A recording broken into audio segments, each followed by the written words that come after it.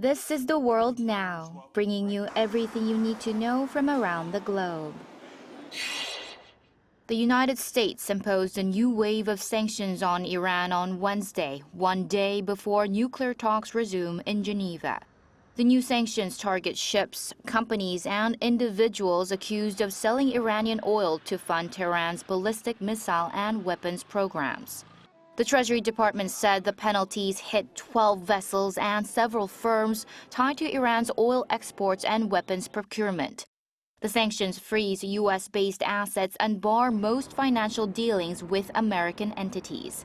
As well as economic pressure, the U.S. has positioned 2 aircraft carriers and large fleets of fighter jets in the region, signaling readiness for military action if negotiations collapse.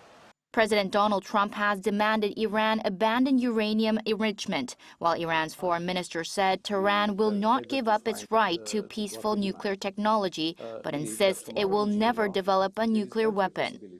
The high-stakes talks come amid rising regional tensions following U.S. airstrikes on Iranian nuclear sites last year.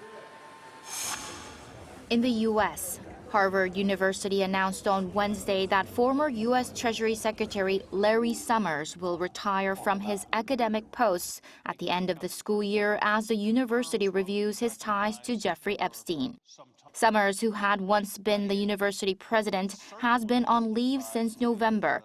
Newly released Justice Department files show years of contact between Summers and Epstein, including visits and email exchanges. Summers previously acknowledged that his association with Epstein was a major error in judgment. U.S. tech firm Nvidia on Wednesday topped Wall Street expectations and issued a first-quarter forecast that beat analyst estimates, underscoring continued momentum in artificial intelligence spending.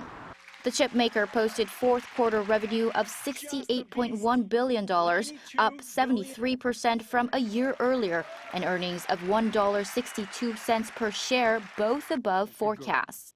Profit nearly doubled to about $43 billion. Data center revenue climbed to $62.3 billion, fueled largely by hyperscale cloud providers expanding AI capacity.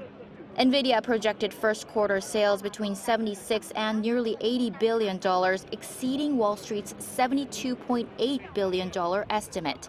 Shares rose more than 3% in after-hours trading.